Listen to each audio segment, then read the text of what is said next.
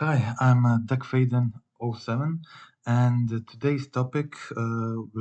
today's video will be about Assault Loam Archetype. I will say two things. We'll go through two things. So first thing is I'll show all possible versions playable in Modern, in my opinion, and we'll go from the simplest combination of colors towards multicolor versions. Okay, so this is the first version I brewed long ago, December 21st, 2021.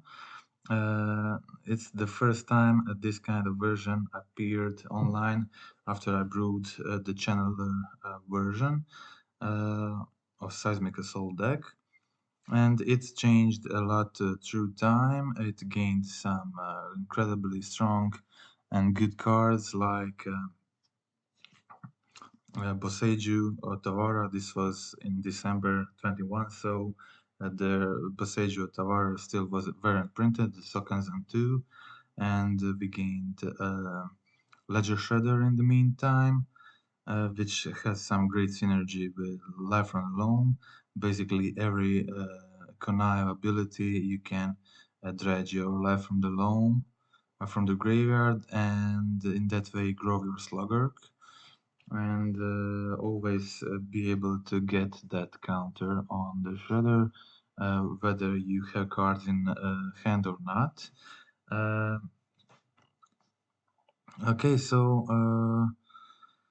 we'll start with the Gruul version, so the simplest one. This is my version of Gruul. I really liked the inclusion of Magmatic Insight in this version. I think it's probably even better um, than playing cards like Seasoned Pyromancer, because it also adds up to the card type as it's a sorcery, 1 mana, so it enables the Delirium quickly, enables your channelers, and makes your digging for lands, Life from the Loam, or removal much easier. As you can see here, the deck plays a lot of different card types like 4 Wrens, 4 Enchantments, 4 Artifacts, some sorceries, instants, creatures. You can ditch all that very quickly into the graveyard, making your Channeler 3/3 very early on, or Tarmogoyf very large. Okay, so the biggest advantage of this deck, of this version of the Loam, is as long as the Temur version, you're able to play Magus of the Moon and Blood Moon in your sideboard, which are definitely very good right now, especially in the Leyline Biting metagame. Um, there are also some other very good red and green stuff on the sideboard with one Zuran Orb that is very neat hate for the burn matchup in this archetype, as you can just sack your lands and recur them with Life from the Loam. And you're playing plenty of removal here, 3 bolts, 4 heats, 2 furies, seismic assaults, so you should be pretty good against any aggro deck with this deck. And the biggest weakness of this version would be the combo decks. You don't have too much ways except for Blood Moon, a few Chalice of the Void, and enchantment, artifact removal to protect yourself from early combo kills in Modern. Okay, so after saying that, we'll go to the Temur version. Okay, so this is my Temur version of the deck, and in Temur version you gain access to the Flusterstorms on the sideboard, while still being able to play the Blood Moons, still being able to play the Magus of the Moon, uh, artifact enchantment hate, and all the stuff you had in the Gruul version. Also, the biggest advantage of going Temur over the Gruul version is getting access to the Ledger Shredder. As I already mentioned, Shredder has a great synergy with Life from the Loam, as basically with every connive ability you're able to dredge life from the loam, and it's very neat if you have already slugger on the field or Tarmogoyf. You can grow it even more just with the conniving with your shredder. And if you have 0 cards in hand, life from the loam in the graveyard always enables your shredder to get that +1/+1 counter and grow. Okay, so we have a large number of very playable creatures in these color combinations. So we definitely want some number of sluggers, and I put 2 sluggers in this version and splitted the other threads and as trees except for Ragavans. So 3 channelers, 3 ledger shredders, 3 Tarmogoyfs. And rest of the deck is similar to the Gruul Loam version. We don't have Magmatic Insight, but we have Expressive Iteration this version, which is also a big upgrade. Also some bolts, heat, bubbles, seismic assault, Ren, as same as in Gruul version. Okay, sideboard is also similar with the exception of Flusterstorm and this version, which I think it's a pretty good sideboard piece. Both of these versions suffer from rest in peace, so you definitely want to have some solutions for it, like Force of Vigor, Engineered Explosives, maybe even a bit more of the explosives in the sideboard. But for the MTGO metagame, this is like the optimal numbers. Okay, so this is it. This is how I built the deck when I played it last, and I enjoyed this version too. Okay, so on to the third version. So these 2 versions, you can notice that they are the leading versions, playing the Unholy Heat and the Dragon Age Channelers. Here also you have Shredder and Expressive Iteration in comparison to the Gruul version, but these 2 versions are very similar indeed, as they both have a very similar gameplay with a few modifications. And third version of a deck I want to show is the mid-range version. Okay, so these 2 versions I showed first are a bit more tempo-oriented and want to end the game really quickly and just use a cheap interaction like Bull's Heat, faster songs from the sideboard, cheap creatures to get that starting damage in as soon as possible and then finish the opponent with a seismic assault or just your creatures. Okay, so next one is the mid-range version, and there are a lot of mid-range versions out there, and the most recent one I liked is from a streamer, Freaky Nasty. So I think this is like a pretty standard build what I would do if I try to build a mid-range version with a leyline binding. I didn't do it at the time, but it would be pretty similar to this build. So if you're ditching the Dragon Ray channelers, um, you're keeping the Ragavans, you're ditching the Shredder, you're ditching the DRC, adding 4 Fury to the main, and but some cheap interaction like a Bolt, Expressive Iteration, Binding, and Loam secure that you can grow your Goif big enough early to make it good.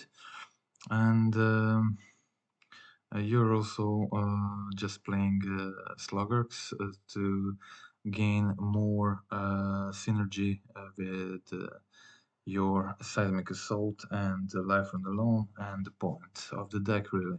Okay, so I think this version is pretty solid. It has everything that a modern deck needs to have to compete at at some decent level, this version can definitely win your local win event in your local game store. It can, as you can see, it can do easily a 5-0 in the leagues recently.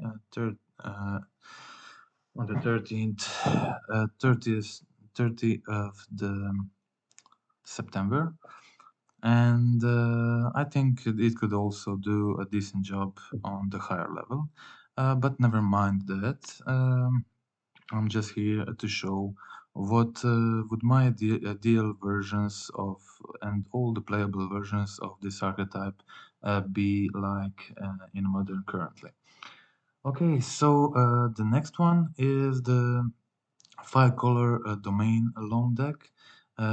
This is version I trophied like 4 or 5 times, and before, and through time it became one of my uh, dearest versions, as I really am enjoyer of playing Sign of Dracos and Territorial Cabus, and really like enjoy playing the Zoo archetype.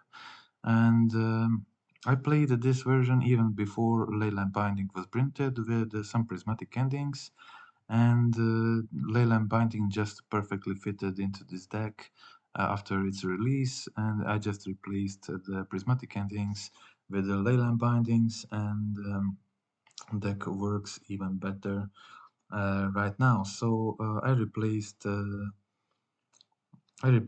more cards in the deck. I ditched the fourth Seismic Assault and the first Seasoned Pyromancer to add in two Shadow Prophecies in the deck. Shadow Prophecy is incredible card for this archetype. It has huge synergies within this deck. So basically, if you're casting the Shadow Prophecy and you find the Life from the Loam among those 5 cards, you basically, in most cases, drawn all that 5 cards. So it's basically 3 mana. In some cases, it's 3 mana, dig 5, choose 2, and then also put some lands into your graveyard, which is very good if you have Life from the Loam in your hand, or if you have a Sluggerk on the field, you can grow a Sluggerk instant speed, make it larger, possible, make lethal in your attacks, or if you're defending. So it's also a better trick, a card advantage.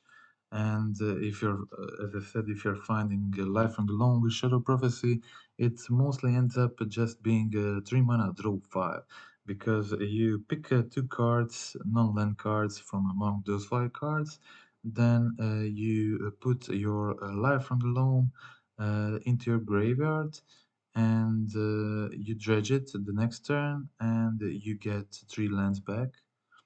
So basically,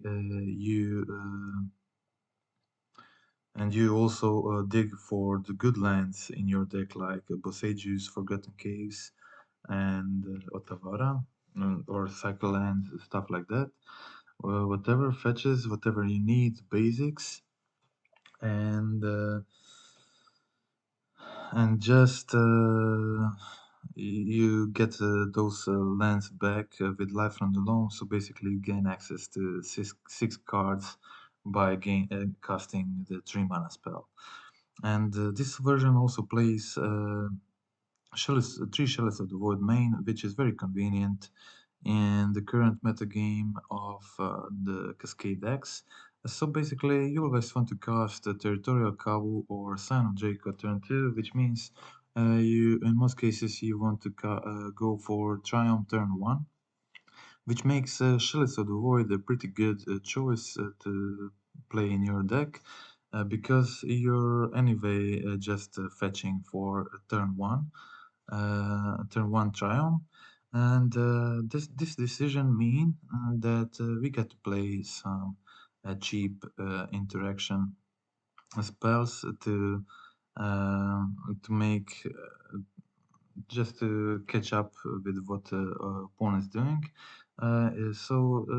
That's why we play 4 Furies main.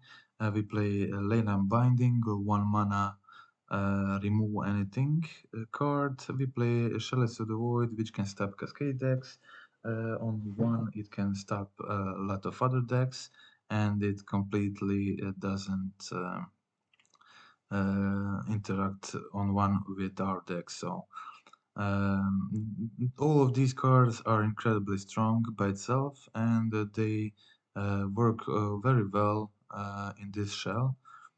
And this deck has shown for me to be pretty effective so far. And in my opinion, um, it is one of the best assault loam decks I played so far.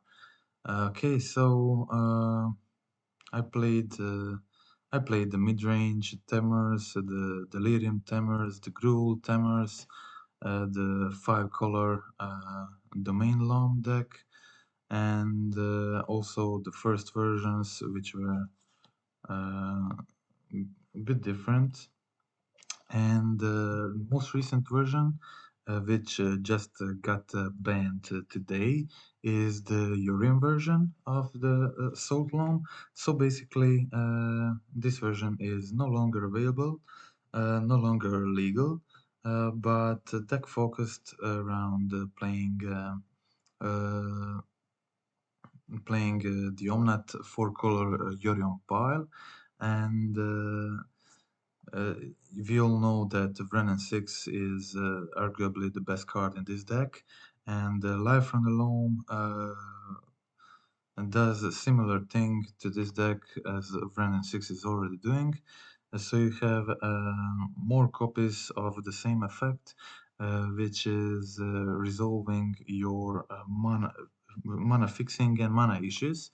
So if you have 2 lands, 2 fetches, and Life from the Loam, basically when you cast it turn 2, you secured your turn 3 and turn 4 land drops, and which means you practically secured a normal game without a mana screw and similar until end of the game. Yeah. So it's basically doing same thing as Vren 6 is already doing. As you know, when you have Vren 6 and the Life from the Loam in deck, you tend to accumulate a lot of lands in your hand. And what a better way to get rid of these lands than if every your top deck land or every land you return with Loam and Vren 6 to your hand does 2 damage to any target. And when you combine that with Shadow Prophecy, which I already talked about, it has great synergy with both Life on the Loam, Sluggerk, and the Seismic Assault. You get one very effective 4-color Omnat pile, and if the ban didn't happen today, I I think this list could have impacted and the metagame briefly, at least, with several league results, if nothing else. But a ban happened, and the Urian is no more legal. But to recap this and to see the first and the last trophy league with the Urion Loam ever in the modern history, we will go through the trophy league of quickly with Urion Loam in the fast forwarded time and try to go quickly through the matches. Okay, so there were a few very, very interesting matches.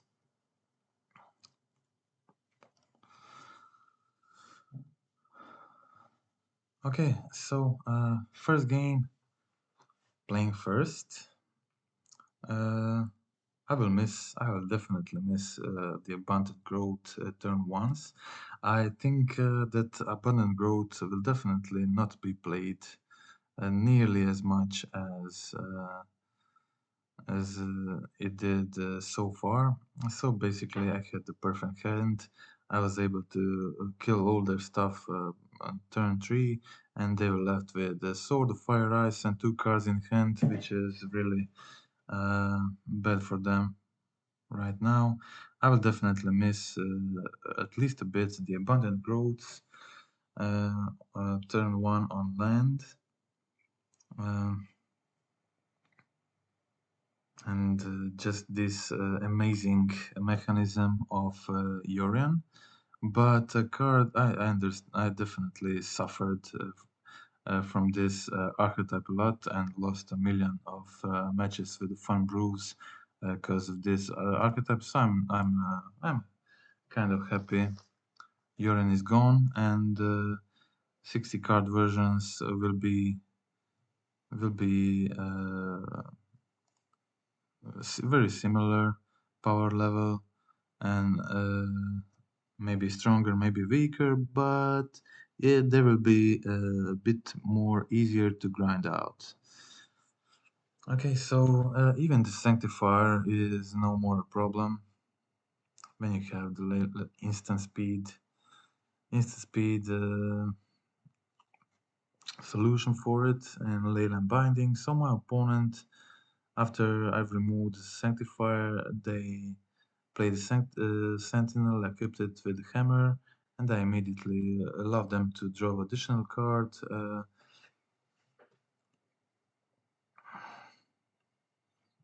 Just exile the equipped Sentinel, and they were left with the 0 cards at the hand at this point. And I had everything I needed just to win this quickly. Went for Fury, and that's really it. Nothing much they could have done here.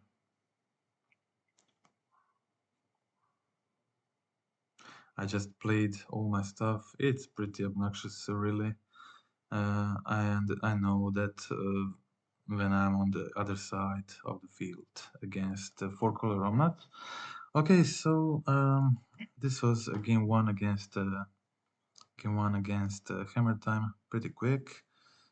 Quick games. I think game 2 was also quick, but there were some pretty exciting games later. So this was the Thesaurical combo. But my opponent basically just suspended 2 of their cards, and I resolved the Teferi turn 3, and that was pretty much it. So my opponent just passed the turn until turn 10 when they lost. So just the Teferi won the game on the spot. I later had a really low amount of pressure and just uh, just digged with Shadow Prophecy for something, didn't find it, so I had to evoke the Solitude, cast the Kotal, start attacking for 4, and it was more than enough for the win. My opponent just passed the turn for the rest of the game. I will just skip it. Okay, so game 2. It was similar. I didn't have the fairy early. I didn't have anything really. It was pretty bad hand to keep against this deck, but I had some card draw, card selection available, so I decided to keep it anyway. I went for Ice Fang turn 2, Shadow Prophecy turn 3, which meant that I had some draws available. So I decided to go just for Boseiju. I wasn't sure how many basics are they playing, but I thought maybe if they're playing just two basics or 3 basics, I can maybe try to mana screw them with Boseiju for a few turns. My opponent just really really wanted to counter this run. So which means they had to use the Pact of Negation and Angel's Grace to do it. I don't know if it. I don't think it was very good decision for them, but uh, they just they had a Lotus Bloom on 2 counters. I had better play, but I really wanted to try to besiege them, and because maybe next turn they run out of the basics. Um,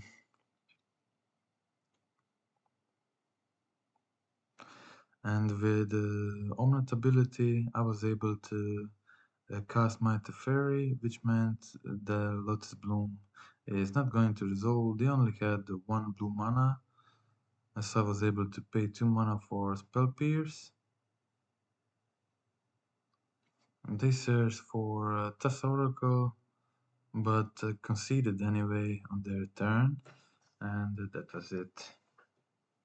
Okay, so very quick starting 2 games, and now we are headed to some longer and really thrilling games that were pretty exciting when I played them at least. So third game and the last game were the most exciting in my opinion, and they were really interesting, I think, to see.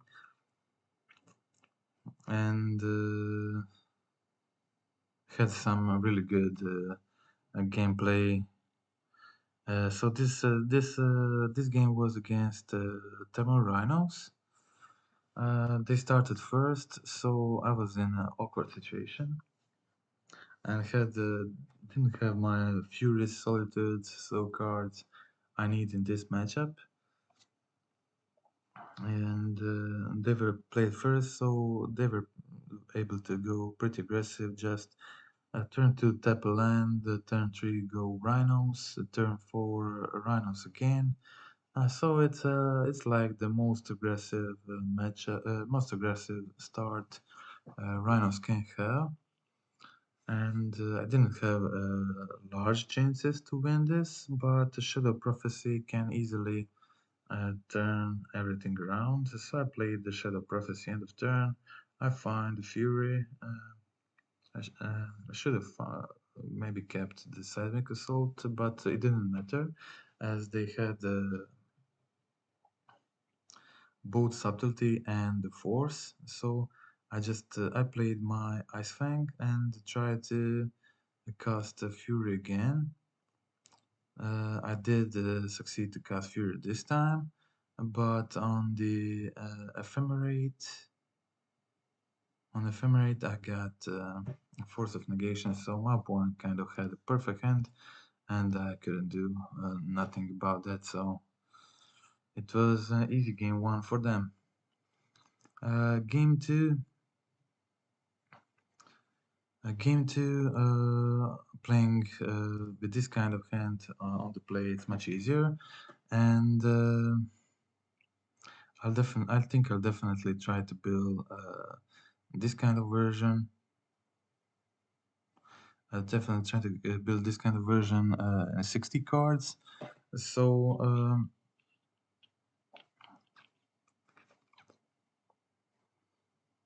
I'll definitely try something similar to this.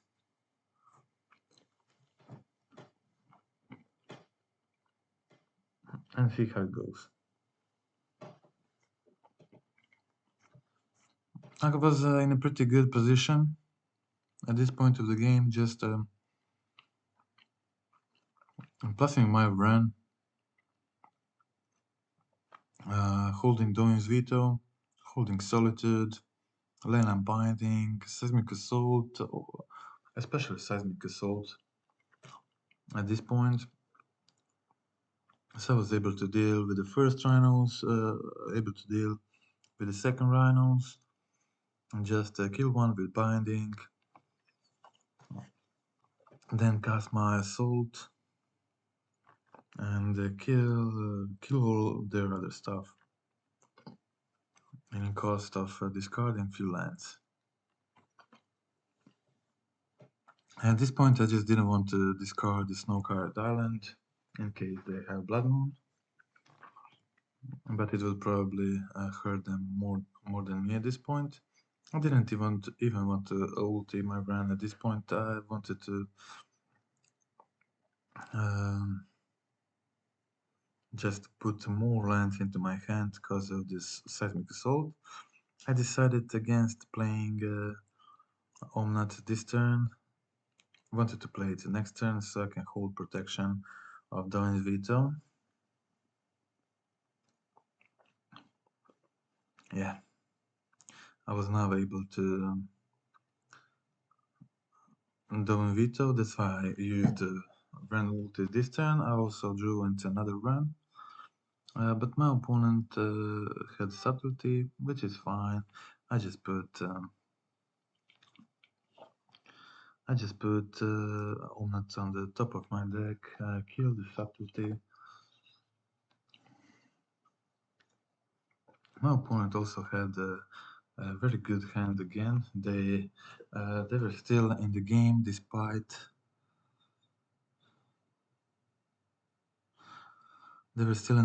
despite me killing all their stuff very efficiently.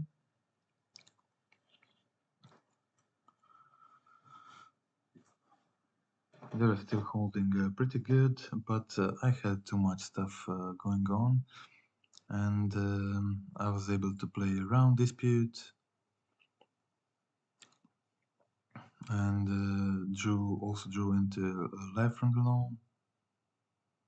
My opponent countered the ability this turn, but it didn't matter because I had the life from the Loam for the next turn.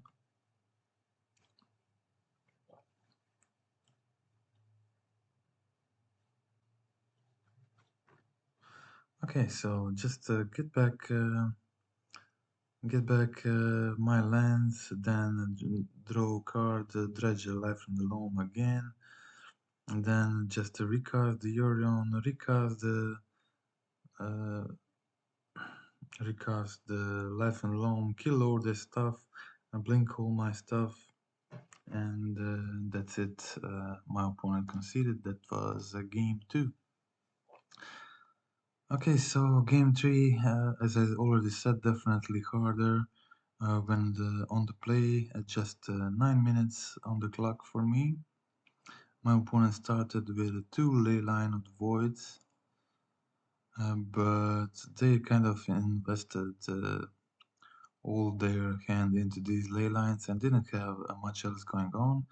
And I kept hand with 6 lines, and it worked out pretty well for me in the end. They didn't even have the rhinos turn 3, so I was able to play a calm game. Just hold my binding, hold my swing. They had footfalls on suspend. They definitely holded some interaction, but I had the touch I swing on the field, binding in the hand, drum is cool. All that together was pretty decent for my opponent's hand, which was pretty weak at this point. So I was able just to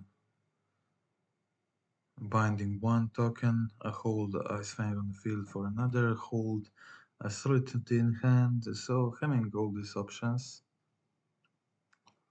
And that onto my opponent, a non-aggressive hand was pretty decent. This pretty decent position for me and pretty playable for my opponent.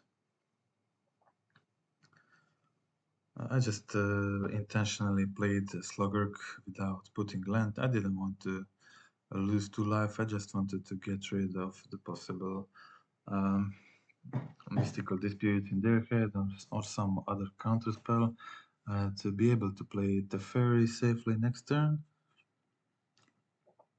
I tried Teferi. My opponent had subtlety, unfortunately. So I put Yorion to my hand, hold the two subtlety, hold the two subtlety and two solitude and Urian in hand. My opponent just attacked with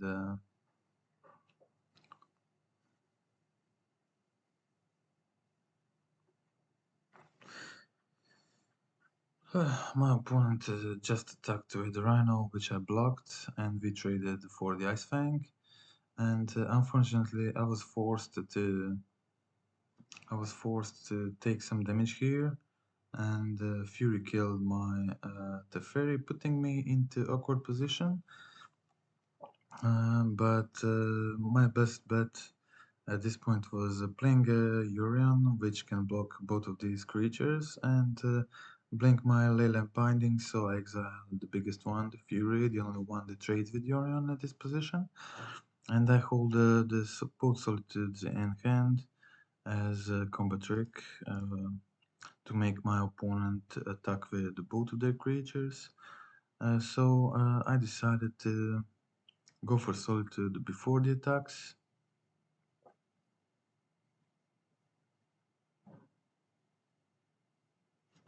My opponent had the Nimble Obstructionist for the Solitude, but I was able to live on one life, block their Rhino token, attack with Yorion, and put them in lethal range for next turn. So they needed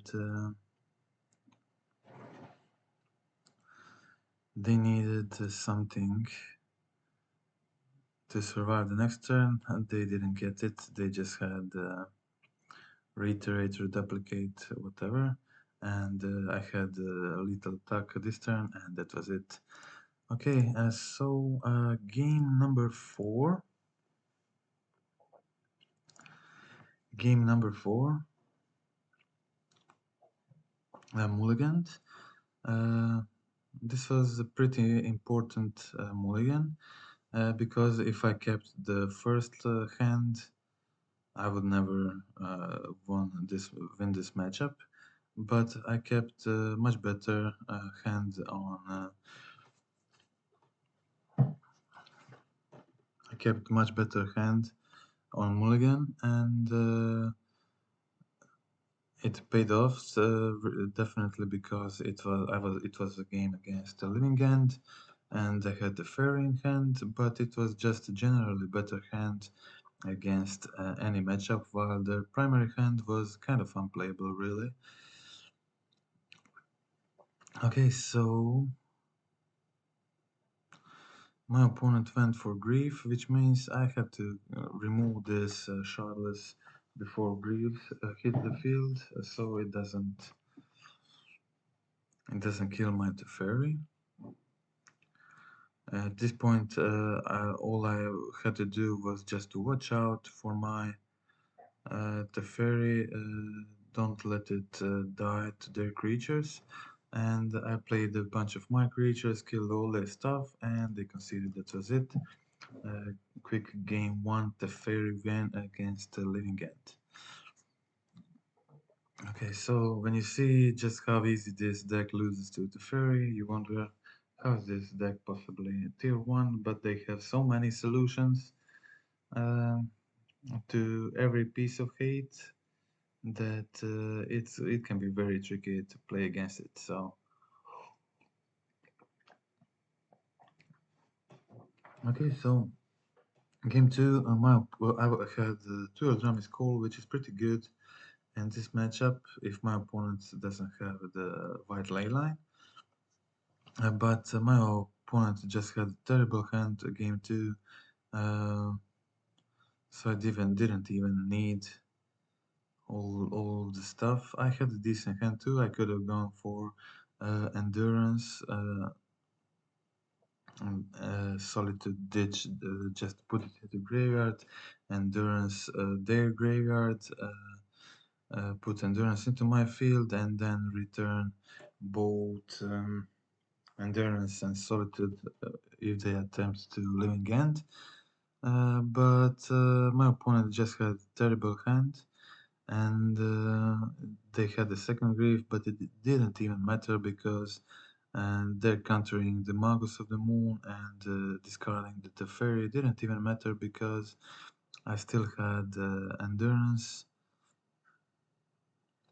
I still had endurance. They still need the third land. I was still able to. And when I drew into Dovin's Veto, it was definitely a game over for them. When they didn't draw a third one for the next turn, I just hardcasted the Solitude to start pressuring them a bit more, attacking for a turn, and then after that holding the Veto, holding the Endurance. They finally found the third land, but it was too late. I now had Domin's Veto plus Teferi. I decided just to go for Teferi. I vetoed the fourth, so the fairy result, and that was it. Okay, so the game 5 was definitely the most interesting game in this league. It was the game against Rakdos Scam. It was a pretty good game. I think very interesting to watch. So my opponent went for a Scamming Grief, turn 1, discarding 2 of my best cards in hand, Abundant Growth and Shadow Prophecies, leaving me with just a few lands and Sluggerk. Okay, so it would also, they had Ragavan turn 2, which is like the greatest thing they can have in this deck, this current situation. So I just I was already on 7 life, and it didn't help for me just drawing into 2 lands in a row. So I was forced to just again I drew into another land. All I could do was just Otawara the Doti. But next turn I drew into another land and that was it. So they won the first land, but my draws were just so terrible, and I just was flooded so much. And playing second, especially when they play Ragavan into Bren, it's definitely much easier for me than playing into Grief Undying. They went for Fury turn 2 after me just killing the Ragavan, and they were left with just 2 cards in their hand. And it's best in this position to remove the Fury immediately. And my draws this game were fine. I was just able to draw into the Fairy. And they also had decent draws. They succeeded to kill everything. They discarded my Abundant Growth. They killed my Teferi, but I was still in a decent position. I had Otawara, the Omnat, the Solitude.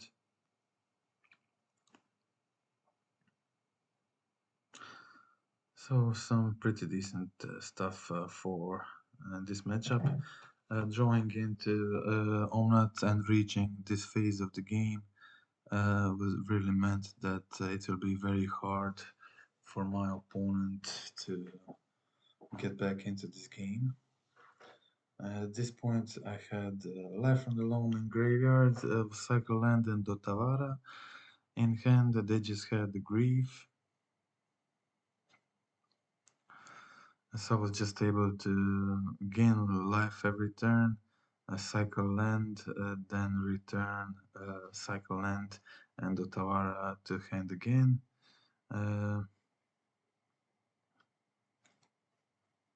I returned Grief to their hand, so they just discarded my second Dominant, which doesn't really matter. And I used the Tavara again to buy back Solitude from the field back to my hand. Then again, did the same stuff. Just cycled the land again, played Solitude, play Life from the Loam, um, and attack for 4 damage. I had Solitude available to me again, along with the cycle and the Life from the Loam. It's pretty unwinnable for Rakdos at this point. So that was it. That was game two, and now it's time for game three, the most interesting game in this league against Rakdos Cam, playing on the draw. My opponent had the exact same start as the game one, but the problem with game one was that I had just terrible draws, and my draws were just 4 lands into um already hand filled with a lot of lands, so I had much better draws here, and I was able to kill their grief immediately by pitching my Solitude, so taking just Ragavan damage turn 2. I also then drew into a solution for their Dash Ragavan, which also helped a lot.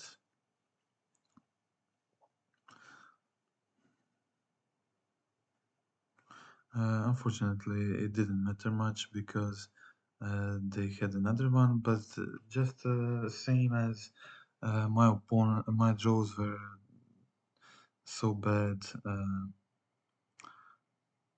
Game one and game three, I just had all the draws I need. So just draw into Endurance to block the second Dragon. Put Seismic Assault on the field, which is definitely decent, but not the greatest at this moment because I didn't have any lands on the field, which is pretty. It seems like impossible because I went through the 16 cards already and no land. I had my own Fury in the graveyard at this point.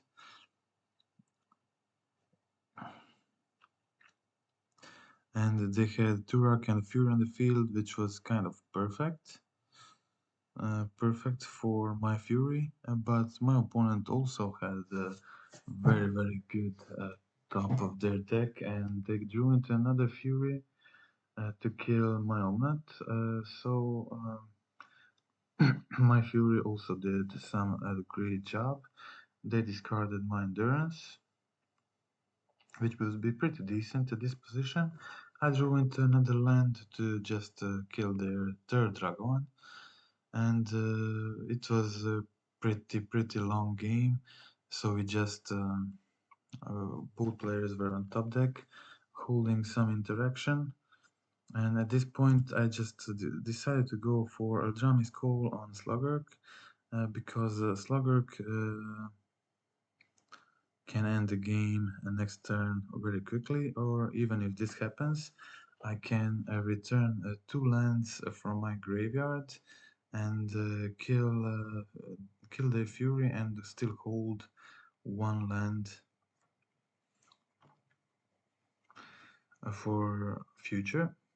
So I decided to play my land to be able to cast the Endurance on their end step and then go for Omnat and my turn. I had at this point I had everything I need, but my draws were still gas. So I went for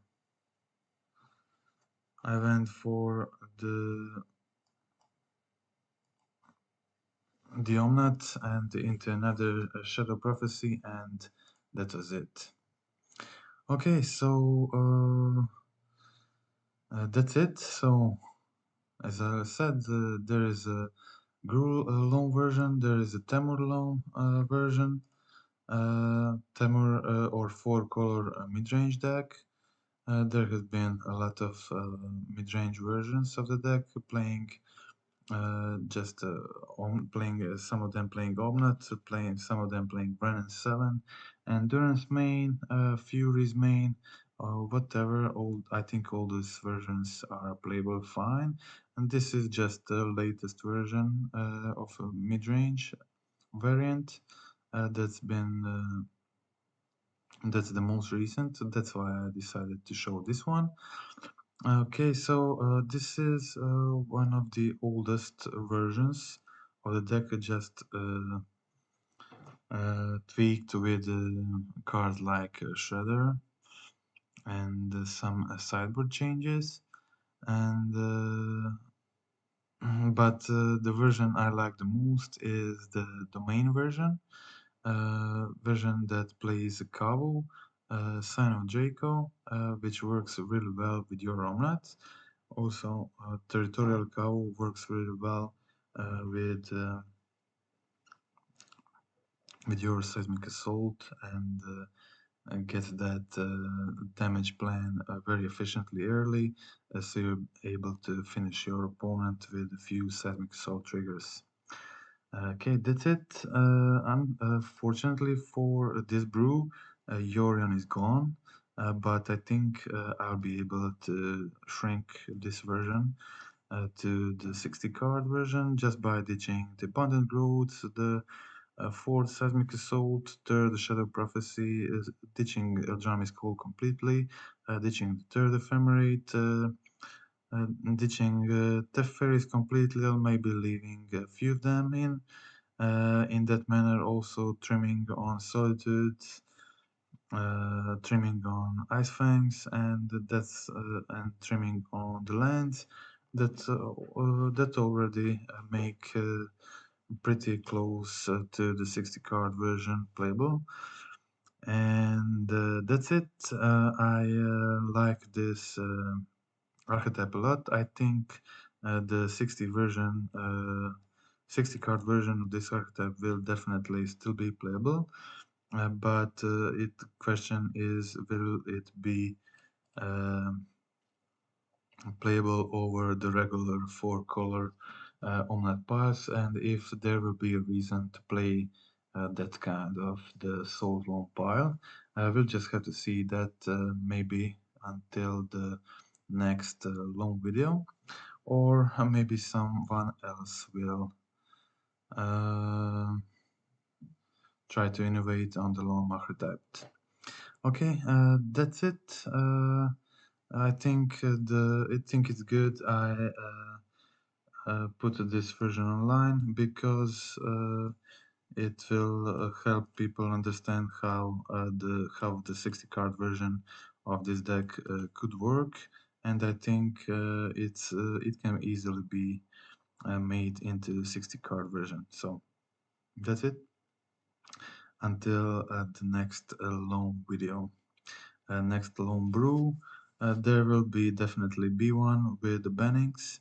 I will. I wanted to make it for this video, but it was already almost everything was almost ready when the ban happened. So I just didn't go through the 60 card Omnet Assault Loam pile so far, but you can just through the comments I just made with this trimmings and removal of some of the stuff I said, I think the 60 card version can be pretty easily made here and tested. Okay, that's it. Until the next video. Goodbye.